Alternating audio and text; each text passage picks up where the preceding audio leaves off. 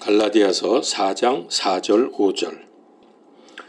그러나 충만한 때가 이르매 하나님께서 자신의 아들을 보내사 여자에게 나게 하시고 율법 아래 있게 하셨나니 이것은 율법 아래 있는 자들을 구속하시고 또 우리가 아들로 입양되게 하려 하심이라. 아멘. 마태복음서 24장 42절. 그러므로 깨어있으라. 어느 시각에 너희 주가 올지 너희가 알지 못하느니라. 아멘. 믿음 생활에는 많은 요소들이 있습니다.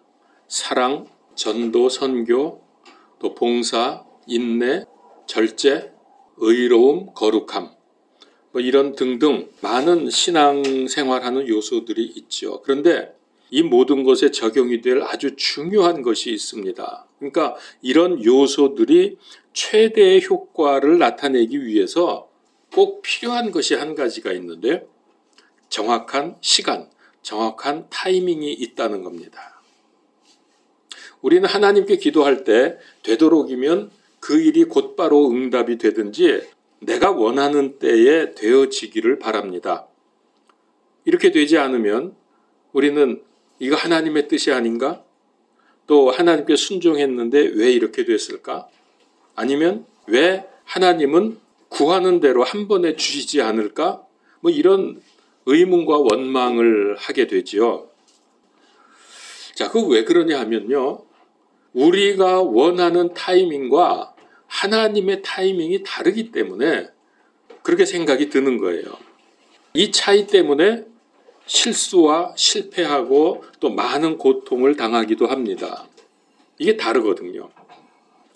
근데 하나님께서는 자신이 원하시고 정하시는 타이밍을 우리 때문에 바꾸지를 않으십니다. 근데 이걸 몰라서 우리가 힘들죠. 내가 행하여야 할 타이밍, 응답받는 타이밍, 이거 우리가 맞추지 못하면 고생은 고생대로 하고 결과는 좋지 않을 수도 있다는 거죠. 그러니까 하나님 타이밍과 우리의 타이밍이 다른 가장 큰 이유는 사실은 우리에게 있죠. 우리는 지금 당장 이 응답 받기를 원하고 당장 필요가 채워지기를 원하기 때문에 이 갭이 참으로 우리를 힘들게 만듭니다. 그러나 여러분, 하나님은 전지전능하시고 실수가 없으신 분이니까 힘들고 아파도 하나님께 맞추어야 합니다. 이게 또 중요한 신앙의 요소입니다. Timing is everything. 영어에 이런 말이 있어요. 인생도 타이밍을 잘 맞추어야 평탄하고 또 잘 됩니다. 자, 모세를 한번 보죠. 모세가 이집트 궁궐에서 자랐지만은 친어머니의 양육을 받으면서 궁궐에서 자라게 됩니다. 그때 성경에는 직접적으로 기록되어 있지 않지만은 이 어머니로부터 유대인의 정체성을 전수받았다고 봅니다. 그 증거가 있는데요. 어느 날 궁궐 밖에 나갔다가 두 사람이 싸우는 걸 봐요. 그래서 한 사람은 이집트 사람이고 한 사람은 유대인이었습니다. 모세는 유대인의 정체성을 교육을 받고 자랐기 때문에 아무래도 유대인 편을 들게 되겠죠. 그러다가 잘못해서 이집트 사람을 때렸는데 죽었어요. 그러니까 살인을 하게 된 거죠. 의협심이 있고 유대인임을 자각하는 건 좋은데 타이밍을 맞추지 못했어요. 그때는 그럴 때가 아닙니다. 아직 나서서 그렇게 함부로 할 때가 아닌데 타이밍을 맞추지 못했기 때문에 그 사건으로 인해서 도망자 신세가 되었습니다. 물론 하나님께서는 그대로 두지 않으시고 광야에서 더 큰 훈련을 받는 기회로 역전을 시켜주셨죠. 하나님께서 만약에 이렇게 안 해주셨다면 모세는 한낱 필부로 인생을 마쳤을 것입니다. 자, 그래서 이 타이밍이 참 중요한데요. 성경에서 이 부분을 아주 집중적으로 말씀하시고 있는 곳이 있습니다. 전도서 3장 1절에 하늘 아래 있는 모든 일에 시간이 있고 모든 목적한 곳에는 때가 있도다. 그러면서 이제 날 때가 있고 죽을 때가 있고 심을 때가 있고 뽑을 때가 있고 이렇게 쭉 그 때에 관해서 말씀을 하시거든요. 그러니까 뭡니까? 농사도 그렇고 우리 인간관계 또 인생에 있어서 이 타이밍이 매우 중요하다. 타이밍을 맞추지 못하면 낭패하게 된다는 거예요. 농사하는데 씨를 심는데 아무 때나 심으면 됩니까? 결론적으로 이제 3장 11절에서 이렇게 말씀하십니다. 그분께서 자신의 때에 모든 것을 아름답게 만드셨고, 이게 대단히 중요한 말씀인데요. 하나님이 자신의 때에 모든 것을 아름답게 만드셨다. 또 그들의 마음속에 세상을 정하여 두셨으므로 아무도 하나님께서 만드시는 일을 처음부터 끝까지 알아낼 수 없도다. 그러니까 정확한 타이밍을 하나님께서 정해 놓으셨고 이 때를 우리가 맞추면서 살아가는 건 참 아름답다라고 하는 말씀입니다. 여러분, 타이밍이 얼마나 중요한지 아시겠죠? 우리가 사랑을 해도 적절한 때에 사랑도 베풀어주고 구제도 하고 그래야지 아무 때나 하면 됩니까? 또 사랑을 고백할 때도 알맞을 때 해야지 아무 때나 지금 화나서 혹은 슬퍼서 그러고 있는데 사랑한다고 와서 자꾸 옆에서 찝쩍거리면 그거 되겠습니까? 타이밍이 중요한 거예요. 자, 오늘 말씀에도 하나님의 타이밍을 말씀하고 있습니다. 오늘 갈라디아서 4장 4절에 보니까 그러나 충만한 때가 이르매, 이 때 타이밍입니다. 하나님께서 정하신 충만한 때, 즉 바로 그 가장 적당한 때가 이르매 어떻게 했습니까? 하나님께서 자신의 아들을 보내사 여자에게 나게 하시고 율법 아래 있게 하셨다. 하나님의 때가 된 거예요. 예수님의 탄생이 하나님의 계획에 따라 한치의 오차도 없이 우리 주님께서 오셨습니다. 그러니까 그리스도의 성육신뿐만 아니라 세상의 크고 작은 일들 모든 것들이 다 하나님의 정하신 때가 있고 기한이 있다는 말씀입니다. 그게 아까 전도서에서 분명하게 우리에게 알려주고 있는 거죠. 자, 그래서 하나님의 역사는 정확한 때가 있기 때문에 아무 때나 하시는 게 아니다. 내가 원하는 때 하나님이 주시는 게 아니에요. 응답을 하셔도. 이걸 우리가 인정을 해야 됩니다. 성경을 보면은 그 때에 맞추어서 하나님의 역사가 이루어지는 것을 보여줍니다. 그래서 예수님의 생애를 자세히 좀 들여다보면 그것도 전부 때에 맞추어서 그렇게 행하셨구나. 자, 가나의 결혼식이 있어서 예수님이 가셨습니다. 근데 잔치 중에 어떤 일이 벌어졌죠? 가장 중요했던 포도즙이 떨어져 버립니다. 모자랐던 거예요. 이거 모자라면 잔치는 파장이 나버리고 말거든요. 그래서 이 위급한 상황에 예수님의 어머니가 예수님께 말씀하셨어요. 지금 포도주가 다 떨어졌는데 어떡하냐? 그랬더니 예수님이 뭐라고 답변을 하냐면 내 때가 아직 이르지 아니하였나이다. 아니라는 거예요. 우리 인간적으로 볼 땐 지금 당장 빨리 이게 해결이 돼야 되는데 내 때가 아직 아니라고 가만히 계시는 거예요. 이제 그러다가 잠시 후가 되니까 예수님이 물을 포도즙으로 변하게 하셨죠. 때가 있는 거예요. 때가. 모든 것은. 구원도 마찬가지입니다. 구원의 문이 열렸을 때 들어가야지 닫힌 후에는 아무리 두들기고 발로 차도 안 열립니다. 지금이 무슨 시대죠? 은혜 경륜 시대. 은혜 경륜 시대. 지금은 바로 구원의 문이 활짝 열려있는 시대입니다. 그래서 이때는 누구든지 예수 그리스도 십자가의 대속의 죽음과 그분의 부활을 믿으면 죄 용서받고 구원을 받게 됩니다. 지금이 그런 때예요. 아주 좋은 때입니다. 그런데 이 시기가 지나든지 아니면 믿지 않고 죽으면 그걸로 끝입니다. 더 이상 기회가 없습니다. 천주교에서 말하는 대로 죽은 다음에 살아있는 후손이 헌금 많이 하고 기도 많이 하면 연옥에 있던 부모님이나 조상의 영이 하늘로 올라가는 거예요. 이게 다 거짓말입니다. 사람들은 예수님의 탄생을 기념을 하면서 이 성탄절을 기쁨으로 지키고 있습니다. 그런데 요즘에는 그 기쁜 이유가 많이 달라졌죠. 그러니까 구원자로 오신 예수 그리스도의 탄생을 기뻐하는 게 아니라 지금은 선물 주고받고 또 연말에 들떠 있고 타락하고 음란한 죄를 만끽하기 위해서 그걸 기뻐하는 거예요. 정신 차려야 됩니다. 세상 풍조를 따라가면 안 됩니다. 자, 여기서 꼭 알아야 될 것이 있는데요. 예수님의 초림으로 구원이 완성이 되었습니까? 안 됐습니까? 예수님이 처음에 오셨잖아요. 초림하셨잖아요. 2000년 전에. 구원이 완성이 안 되었다는 것을 여러분 알으셔야 돼요. 되지 않았어요. 만약에 그때 예수님이 오셔서 십자가에서 죽으시고 부활하심으로 해서 구원이 완성됐다 그러면 우리 믿는 사람들은 지금 하나님의 왕국에서 영광스러운 삶을 살고 있어야 합니다. 근데 이게 완성이 안 됐기 때문에 여전히 우리는 이 세상에서 기쁨보다는 고통과 슬픔과 핍박 이런 속에서 살고 있죠. 구원의 상태가 아니잖아요. 자, 그러면 언제 구원이 완성이 됩니까? 그래서 예수님이 이 구원을 완성시키기 위해서 다시 오시는 거예요. 재림입니다.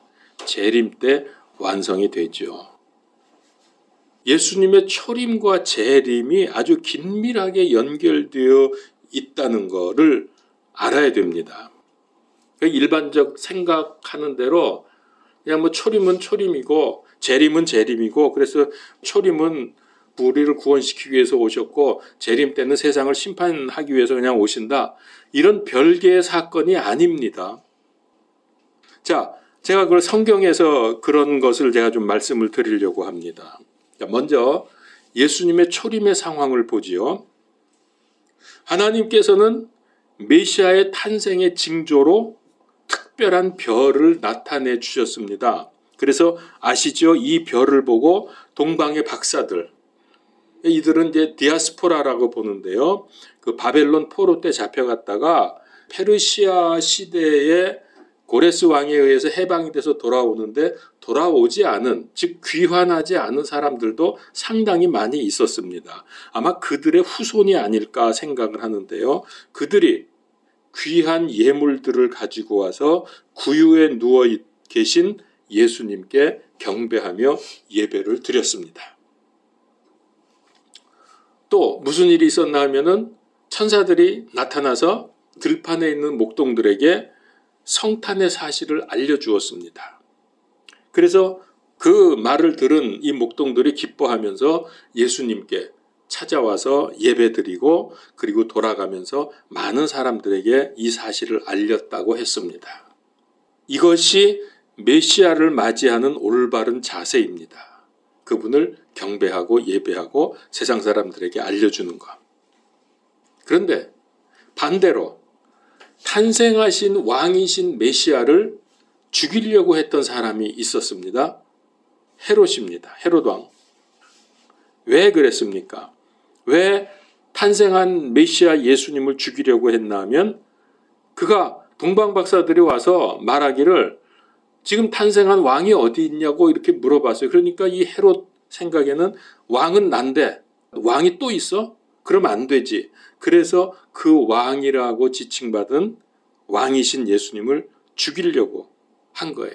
왕권에 도전을 받는다고 생각을 했기 때문에. 근데 사실은 그것보다 더 깊은 영적인 원인이 있습니다. 헤롯은 사탄 마귀에게 쓰임받는 하수인이었습니다. 그래서 인간적으로는 물론 왕권에 대한 도전으로 보고 그런 일을 했지만은 실제로 영적인 면으로 보게 되면 마귀의 조종을 받아서 메시아를 죽이려고 했던 것이죠. 그리고 또 한 부류가 있는데요. 거의 대부분의 사람들이 여기에 해당이 됩니다. 메시아가 탄생했건 말건 관심이 없고 그냥 세상 일에 몰두하면서 사는 사람들, 그게 뭐 있어? 그냥 내가 잘 먹고 잘 살면 되지. 세상에 관심 두고 그냥 그것만 생각하면서 사는 사람들이 대부분이죠. 여러분 어떻습니까? 지금 제가 세 부류에 대해서 말씀을 드렸습니다. 메시아가 오셨을 때 첫 번째는 와서 경배하고 이 사실을 알려주려고 세상으로 나간 사람들이 있는가 하면 탄생하신 메시아를 죽이려고 했던 사람도 있고 그거에 관심 없이 그냥 세상 일에 빠져서 사는 사람들이 있다. 이 세 종류. 이 사람들 도대체 관심이 없어요. 지금 아무리 뭐 예수님이 다시 오신다, 이제 앞으로 성경의 예언대로 진행되고 있다, 빨리 우리가 대비해야 된다, 지금 우리가 아무리 이렇게 떠들어도 그거 인정하지 않아요. 사람들이 웃기지 말라고, 이상한 소리 하지 말라고, 이렇게 말하는 사람들이 세상의 거의 대부분입니다. 그래서 성경은 이때를 가리켜서 말씀하시기를 마태복음 24장 38절에 홍수 이전 시대에 노아가 방주로 들어간 날까지 그들이 먹고 마시고 장가가고 시집가고 하면서 홍수가 나서 그들을 다 쓸어버릴 때까지 알지 못하였나니 사람의 아들이 오는 것도 그러하리라. 사람의 아들이 오는 게 뭐예요? 재림이거든요. 재림 때도 그러하리라. 그저 세상 일에만 몰두하고 관심을 두고 영적인 일에 대해서는 아무 상관을 하지 않습니다. 초림 때에 이스라엘은 신구약 중간 시대를 거치면서 그때가 로마의 식민지였죠. 그래서 어둡고 암울한 그런 때에 예수님께서 오셨습니다. 빛으로 오셨죠. 그래서 진리의 빛을 비추고 생명 빛을 비추어 주셨습니다. 자, 이렇게 되니까 유대인들뿐만 아니라 이방의 모든 사람들이 다 예수님 믿고 구원받을 수 있도록 구원의 문이 활짝 열렸습니다. 그래서 이 은혜 경륜이 시작이 되는 거죠. 근데 이 사실을 못마땅하게 여긴 사탄이 메시아를 죽이려고 했지만 실패했습니다. 자, 그때 이 마귀는 헤롯을 시켜서 2살 이하의 아이들이 죽임을 당하게 됩니다. 그런데 이런 사실이 그냥 그때로 끝나는 게 아니죠. 이런 일이 또 일어납니다. 앞으로. 언제요? 주님 재림하실 때. 주님 재림하실 때는 마귀의 하수인이 누굽니까? 적그리스도입니다. 그러니까 초림 때는 헤롯이 쓰임을 받았고 재림 때는 적그리스도가 쓰임을 받는데, 이제 그때 유아 대량 학살 사건이 있었던 것처럼 주님 재림하실 때에는 적그리스도에 의해서 얼마나 많은 사람들이 죽임을 당할지 모릅니다. 그때는 그 마을에서 곡소리가 났지만 아이들이 다 죽으니까 이제 앞으로는 전 세계에서 곡소리가 날 겁니다. 너무나 많은 사람들이 죽임을 당할 것입니다. 이제 주님께서 곧 재림을 하실 때인데, 지금은 그때보다 더 어둡고 더 무섭고 더 고통스러운 시대가 도래하고 있습니다. 그러니까 그렇게 세상이 암울해질수록, 어두워질수록 주의 재림은 가까워지는 거죠. 그래서 우리는 세상적으로는 어둡고 힘들어도 그럴수록 우리는 더 소망이 넘칩니다. 더 기쁨이 있습니다. 왜요? 주님이 곧 오시니까. 얼마 남지 않았으니까. 자, 그래서 제가 뭘 말씀드리고 있는가 하면은 초림을 통해서 그때 일어난 여러 가지 사건들을 통해서, 그리고 그때의 상황을 보면서 재림 때에는 어떤 일이 벌어질지를 미리 보여주신다는 거죠. 여기에는 하나님의 중요한 의도가 있습니다. 이제 주님 재림하실 때 가까워서 마지막 때가 왔을 때에 아까 말씀드린 대로 이 세 부류 중에서 나는 지금 어디에 속해 있는지, 그리고 어디에 속해야 할지 하는 것을 결단하라는 거예요. 그것을 촉구하기 위해서 이제 앞으로 매우 어려운 시기가 와도 믿음으로 승리하기를 원하시는 우리 하나님의 간절한 마음을 받아들여야 합니다. 오늘 4절에 보니까 충만한 때가 이르렀다 그랬어요. 충만한 때가 이르면 예수님께서 오신 것처럼 하나님께서 정하신 때가 차면 주님 재림하실 것입니다. 초림뿐만 아니라 재림도 그렇게 되는 거죠. 자, 그분이 오시면은 온 세상에 죄와 악이 심판을 받아서 이런 것들이 전부 처리가 될 것입니다. 그리고 예수님을 그리스도로 믿은 사람들, 죄와 악이 십자가의 피로 전부 씻겨져서 구원이 완성이 될 것입니다. 그러면 우리는 최고의 행복과 영생을 누리게 되지요. 그렇게 함으로 해서 구원이 완성되는 것입니다. 그리고 또 한 가지 보죠. 예수님이 오셨을 때 예수님을 평화의 왕이라고 했습니다. 평화의 왕으로 오셨어요. 누가복음서 2장 14절에 보면 천사들이 나타나서 가장 높은 곳에서는 하나님께 영광이요 땅에는 평화와 사람들을 향한 선하신 뜻이로다. 자, 그러니까 예수님께서 오시니까 이 세상이 평화로워졌습니까? 하늘에는 영광이고 땅에는 평화가 임한다고 했는데 그래서 예수님 오셔서 세상이 평화로워졌냐고요? 아니죠. 오히려 역사상 보면 전쟁은 계속되었고 지금 오늘날도 여러분 보세요. 현대 전쟁이 지금 얼마나 급박하게 돌아가고 있습니까? 중동 전쟁 지금 전면전으로 가고 있죠. 우크라이나와 러시아의 전쟁 지금 몇 년째 계속됩니까? 2년 넘었죠.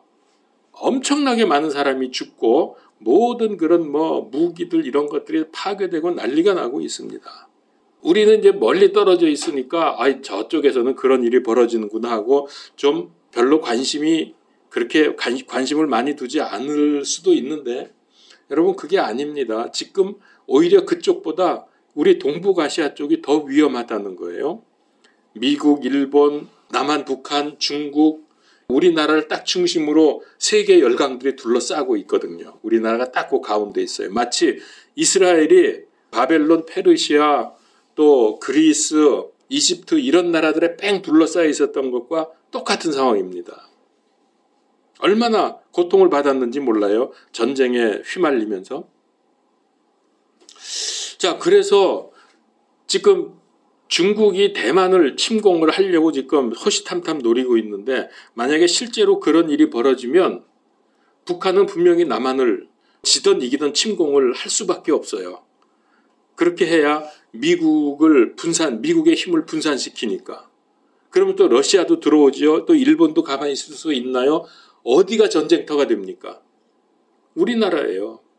지금 이게 양쪽에서 저쪽 중동하고 우크라이나 러시아 쪽하고 이쪽 아시아 쪽하고 이게 전쟁이 일어나게 되면 이게 바로 3차 대전입니다. 약탈과 음모와 거짓의 세상이 되었고요. 이런 일들이 앞으로 점점 더 심해질 것입니다. 자, 어쨌든 초림 때에 예수님께서 주시는 실제적인 평화는 이루어지지 않았습니다. 오히려 더 심각해지고 있죠. 그래서 예수님께서 오심으로 우리에게 주신 평화는 지금 말씀드린 그런 평화가 아니고 내적인 평화입니다.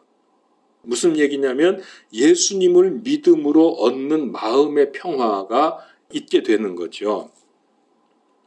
자, 그러면은 그냥 그걸로 그치는 겁니까? 실제로 세상은 지금 난리가 나고 있는데 그러면 평화의 왕으로 오셨다는 예수님의 이 말씀은 이거 그냥 헛소리입니까? 그래서 예수님이 다시 오시는 거예요. 재림하시는 거예요. 초림하셨을 때 역사를 보면은 예수님 이후에 로마 시대의 평화가 있기는 있었어요. 누가복음서 2장 1절에 보면 그 무렵에 카이사르 아우구스투스가 칙령을 내려 온 세상이 조세 등록을 하게 하였다 그랬습니다. 이때 황제가 누구냐? 이 아우구스투스가 누구냐면 그 본명이 옥타비아누스입니다. 여러분 잘 아시죠? 옥타비아누스 기원전 27년부터 기원 후 14년까지 오랜 기간 로마를 다스렸는데 아주 탁월한 통치 능력으로 로마를 크게 부흥시켰고 오랫동안 제국의 평화를 이루었습니다. 이걸 가리켜서 역사에서 팍스 로마나라고 합니다. 팍스 로마나. 팍스라는 말은 피스라는 말이고 로마나는 로마 시대 그런 뜻이죠. 그래서 팍스 로마나 그러면 로마의 평화라고 이렇게 번역을 하는데 이거는 진짜 평화가 아닙니다. 무력에 의한 평화였습니다. 자, 보세요. 호정명령이 떨어지니까 어떻게 해야 돼요? 만삭인 여인이라도 그 나사렛에서 베들레헴까지 직선거리로 120km입니다. 그러니까 실제로는 훨씬 거리가 먼 거죠. 그 멀리 떨어진 곳까지 가야 하는 그런 공포 정치입니다. 만삭의 여인도 가야 돼요. 예수님 재림 때는 초림 때보다도 훨씬 더 공포스러운 적그리스도의 통치가 이루어질 것입니다. 겉으로는 평화로운 것 같았던 팍스 로마나, 그러니까 무력에 의해서 전쟁이 없었던 것 뿐이죠. 워낙 로마가 강했으니까. 근데 이거는 마지막 한 이래 중에 전반 3년 반을 예표하는 평화입니다. 전반 3년 반은 적그리스도가 거짓말로 해가지고 이 세상에 평화를 가져오는 평화의 왕이라고 이렇게 세상의 전면에 나서는 거죠. 가짜 평화죠. 이건 진정한 평화가 아닙니다. 그러다가 드디어 후반 3년 반이 되면 무시무시한 대환란이 있게 됩니다. 자, 그런데 아우구스투스가, 즉 옥타비아누스가 왜 호적을 하라고 명령을 내렸습니까?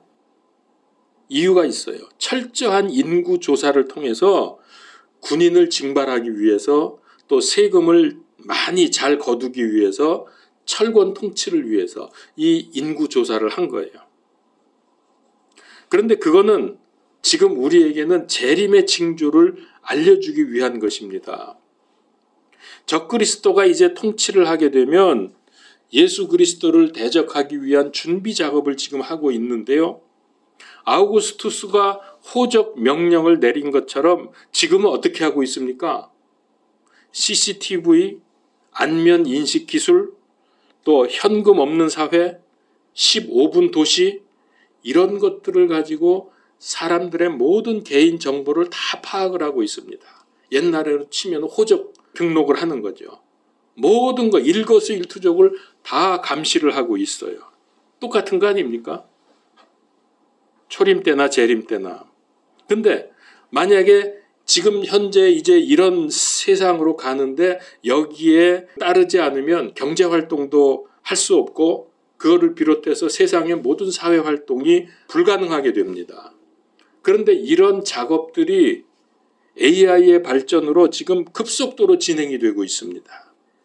그러니까 초림과 재림의 사이가 우리가 볼 때는 2000년이라는 간격이 있지만 이 둘은 별개가 아니라는 거예요. 그대로 지금 재현이 되고 있죠. 더 강도가 심해지고 있죠. 이 둘이 연결이 되어서 우리에게 믿음의 예표로 지금 제시가 되고 있습니다. 이제 우리가 맞이할 완벽한 평화의 시대, 평화의 왕국은 예수님이 왕으로 군림하는 바로 그때 재림 때 성취가 됩니다. 이게 뭐냐면 조금 더 구체적으로 말씀드리면 예수 그리스도께서 우리의 왕이 되셔서 다스리시는 이 땅에 세워질 1000년 동안의 왕국입니다. 그리스도의 왕국. 초림과 재림이 2000년의 간격이 있단 말이에요. 이게 너무 긴데 이렇게 되면. 그렇죠. 길죠. 우리가 볼 땐. 그러나 하나님이 볼 때는 아주 짧습니다. 그래서 하나님께서는 하루가 1000년 같고 1000년이 하루 같다. 그러니까 우리가 아까 제가 처음에 말씀드렸지만은 타이밍이 중요한 거예요. 우리가 하나님의 때를 알지 못하면 우리는 자꾸 고생하게 되고 마음은 불안해지고 되는 거야 안 되는 거야 응답 있는 거야 없는 거야 이러면서 자꾸 불안해한단 말이에요. 하나님을 의심하게 되는 거예요. 그거 아니에요. 하나님의 때가 있는 겁니다. 그래서 이 말씀을 적용하게 되면 그런 의문들이 사라지게 되죠. 주께는 1000년이 하루 같구나. 자, 그래서 이제부터는 예수님의 초림과 재림을 나누어서 생각할 것이 아니라 겹치는 그림으로 이해를 하면서 믿음 생활에 적용을 해야 할 겁니다. 특별히 마지막 때에는 믿음 생활을 유지하기가 쉽지 않습니다만은 초림 때를 보면은 재림 때에는 어떤 상황이 될지 내가 어찌 해야 될지 감이 잡히는 거예요. 이게 중요한 거예요. 여러분 등산해 보셨습니까? 등산을 해보면 많은 경우에 분명히 저 앞에 있는 봉우리를 향해서 가는데 하나밖에 없어요, 봉우리가. 근데 가까이 가면 갈수록 2개, 3개가 막 봉우리가 막 나타나요. 그런 경험들 있어요? 그거 왜 그럴까요? 멀리서 볼 때는 그 뒤에 있는 봉우리가 겹쳐 있기 때문에 하나밖에 안 보여요. 근데 가까이 가면 갈수록 각도가 조금씩 달라지면서 그 뒤에 있던 봉우리들이 나타나게 되죠. 마치 이와 같습니다. 구약 시대나 예수님 초림 시대에는 아직 재림이 우리 인간적으로는 2000년이나 지금 지나야 되기 때문에 그런지 초림과 재림이 구분이 안 돼. 그냥 하나로 보여요. 나누어지질 않고. 그래서 여러분 실제로 구약에서는요, 예수님의 이 메시아의 재림의 개념이 없습니다. 구약에서는. 그리고 실제로 또 그랬던 게 예수님의 제자들도 마찬가지예요. 예수님 오셔서 활동하시는데도 재림에 대한 개념이 없었어요. 그래서 예수님한테 질문을 하죠. 그냥 메시아가 오시기만 하면, 예수님이 메시아로 이제 됐으니까, 오셨으니까 오시기만 하면 메시아 왕국이 세워질 걸로 그렇게 생각을 했죠. 그래서 질문을 합니다. 사도행전 1장 6절에서 8절에 보면, 그러므로 그들이 함께 왔을 때 그분께 여쭈어 이르되, 주여 주께서 이때에, 어느 때에? 지금 예수님 오신 초림하신 이때에 그 왕국을 이스라엘에게 다시 회복시켜 주시고자 하나이까? 지금 주님 오셨으니까 예언되어 있는 그 말씀대로 그리스도의 왕국을 지금 세워주실 겁니까? 왜 이런 질문을 해요? 재림에 대한 개념이 없는 거예요. 그냥 지금 되는 줄 알아요. 그냥. 그러니까 예수님이 뭐라고 답변해요? 그분께서 그들에게 이르시되 그때나 그 시각은 아버지께서 자신의 권능 안에 두셨으니 너희가 알 바가 아니다. 그런 거 관심 갖지 말라는 거예요. 이거는 초림과 재림이 분명히 구분된다는 걸 암시하고 있는 거죠. 너희가 할 일은 뭐냐? 오직 성령님께서 너희에게 임하시면 너희가 권능을 받고 예루살렘과 온 유대와 사마리아 땅의 끝까지 나를 위해서 증인이 되리라. 근데 이제 그 다음에는 확실하게 이게 구분이 됩니다. 그러니까 사도행전 시대 이후에는 서신서 아닙니까? 바울의 서신서가 이제 기록이 되고 이제 그 시대를 알려주는 게 바울의 서신서인데, 서신서에 보면 재림이 분명하게, 초림과 재림이 분명하게 나누어지죠.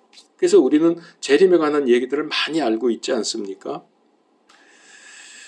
왜 그럴까요? 왜 지금 와서는 초림과 재림이 분명히 구분되게 우리로 하여금 알게 해주시냐 하면, 재림의 때가 심히 가까웠기 때문에. 마치 봉우리가 하나인 줄 알았는데 가까이 보니까 두 개가 나타난 것처럼 가까이 왔다는 거예요. 주님의 재림의 때가. 자, 제가 말씀드렸죠. 예수님 초림 때 헤롯에 의해서 유아 대량 학살 사건이 있었던 것처럼 재림 때도 적그리스도에 의해서 무수한 사람들이 죽임을 당할 것입니다. 이미 이런 일들의 배경을 성경은 우리에게 말씀해 주었습니다. 어떻게 해서 그런 일들이 벌어질까? 성경에 영적인 배경을 알려주셨어요. 한번 성경을 찾아봅시다. 계시록 12장 7절에서 11절.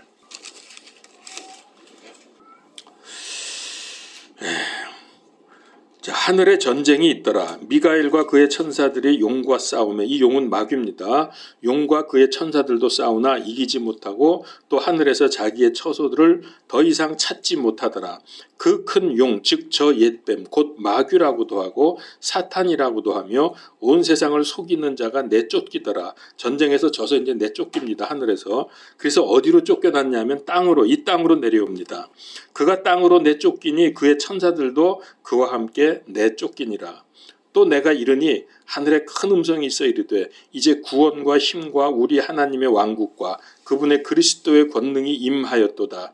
우리 형제들을 고소하는 자 곧 우리 하나님 앞에서 밤낮으로 그들을 고소하던 자가 쫓겨났도다. 이 세상으로 내려왔습니다. 그들이 어린 양의 피와 자기들의 증언의 말로 그를 이기었으며, 그래서 그들은 우리 믿는 사람 중에서 특별히 정확히 말하면 메시아닉 주들인데요. 자, 그들이 어린 양의 피와 십자가의 피와 증언의 말, 복음을 증언하는 말로 마귀 세력을 이기는 겁니다. 그를 이기었으며 그들은 죽기까지 자기 생명을 사랑하지 아니하였도다. 자, 보세요. 마귀가 하늘에서 전쟁에서 져가지고 영적 전쟁에서 져서 쫓겨났죠. 그래서 이 세상에 와서 자기의 때가 얼마 남지 않은 것을 알고 막 난리를 칩니다. 그래서 막 사람들을 괴롭히고 죽이고 엄청난 지금 재앙을 막 이 세상에 떨어뜨리거든요. 마지막 발악을 하는 거죠, 마귀가. 그게 대환란입니다. 이 세상에서 이런 앞으로 있을 대환란. 그때 여기서 그랬잖아요. 순교의 피, 순교에 관한 말씀을 하고 있고, 그런데 어쨌든 이걸로 인해서 이 세상에서 얼마나 많은 사람들이 죽는지 몰라요. 이 사건으로. 물론 우리는 그때는 대환란 때니까 우리는 휴거된 이후의 일입니다. 이 세상에서. 그렇지만 여러분 정신 차리고 믿음 생활 잘해야 합니다. 만일에 휴거 때에 합류하지 못하고 남겨질 수도 있기 때문입니다. 진짜 믿어야 돼요. 제대로 믿어야 돼요. 깨어 있어야 합니다. 깨성도가 되어야 합니다. 베드로전서 5장 8절에서 9절 정신을 차리라 깨어 있으라. 너희 대적 마귀가 울부짖는 사자같이 두루 다니며 삼킬 자를 찾나니. 이게 지금 마지막 때의 모습 아닙니까? 믿음에 굳게 서서 그를 대적하라. 세상에 있는 너희 형제들도 동일한 고난을 겪는 줄을 너희가 아느니라. 자, 여러분 이제 우리는 지금이 어느 때인지 알아야 됩니다. 넉넉히 지금 세상에 빠져서 살 때가 아니에요. 정확한 타이밍을 알아야 돼요. 지금 이걸 놓치지 말고 믿음 생활을 잘 감당합시다. 그 왜 광고에 그런 거 있죠. 순간의 선택이 평생을 좌우한다. 옛날에 그 순간의 선택이 10년을 좌우한다. 그런 광고 카피가 있었는데 여러분 우리가 지금 이 마지막 때 정말 얼마 남지 않은 이때 선택을 잘해야 돼요. 뭐 주님 뭐 오시기는 오시는가 본데 지금은 아니지. 아직은 좀 더 있다가 나중에 좀 급박해지면 그때 잘 믿지. 여러분 이렇게 하지 마세요. 성경에 분명히 말씀하셨어요. 너희가 알지 못하던 때 평안하다 할 때 주께서 도둑처럼 임하신다 그랬어요. 정신 차려야 합니다. 마태복음 24장 42절 아까 말씀이죠. 우리 본문 말씀 그러므로 깨어 있으라. 어느 시각에 너희 주께서 올지 너희가 알지 못하느니라. 알면은야 뭐 그 직전에 회개하면 되지. 근데 모르잖아요. 데살로니가전서 5장 4절에서 6절 그러나 형제들아 너희는 어두움 속에 있지 아니한즉 그날이 도둑같이 너희를 덮치지 못하리라. 왜 도둑같이 온다 그랬다가 또 여기는 도둑같이 덮치지 못한다 그래요? 우리는 마지막 때의 징조를 알기 때문에 그러는 거예요. 불신자들은 몰라. 그래서 그들에게는 주의 재림이 도둑같이 갑자기 임하는 거예요. 그러나 우리는 징조를 알기 때문에 지금 세상을 보니까 주님 오실 때가 가까웠구나. 그 이미 우리는 알고 있단 말이에요. 이렇게 해주셨는데도 불구하고 넉넉히 있다. 그럼 망하는 거지. 너희는 다 빛의 자녀요 낮의 자녀니라. 우리는 밤이나 어두움에 속하지 아니하니 그러므로 우리는 다른 사람들처럼 잠자지 말고 오직 깨어 정신을 차리자. 기도합시다. 하나님, 초림의 때와 예언의 말씀들을 통해서 이 마지막 때의 일들 어떻게 진행될지를 우리에게 확실하게 분명하게 알게 해주심을 감사합니다. 그럼에도 불구하고 여전히 세상에 묻혀서 세상 풍조를 따라 살고 있는 그리스도인들도 있는 줄 압니다. 그들이 너무나 많습니다. 이제 우리가 깨어 정신 차리고 영적인 세상을 알게 하시고 주변 사람들에게도 이 사실을 알리고 증거해서 주님, 우리가 하나님께서 기뻐하시는 마지막 인생을 살게 하시고 그러다가 죽든지 아니면 주님 다시 오심을 맞이하면서 휴거되든지 가장 올바르고 적당한 믿음 생활 하게 하여 주시옵소서. 잠자는 믿음이 되지 않게 하여 주시옵소서.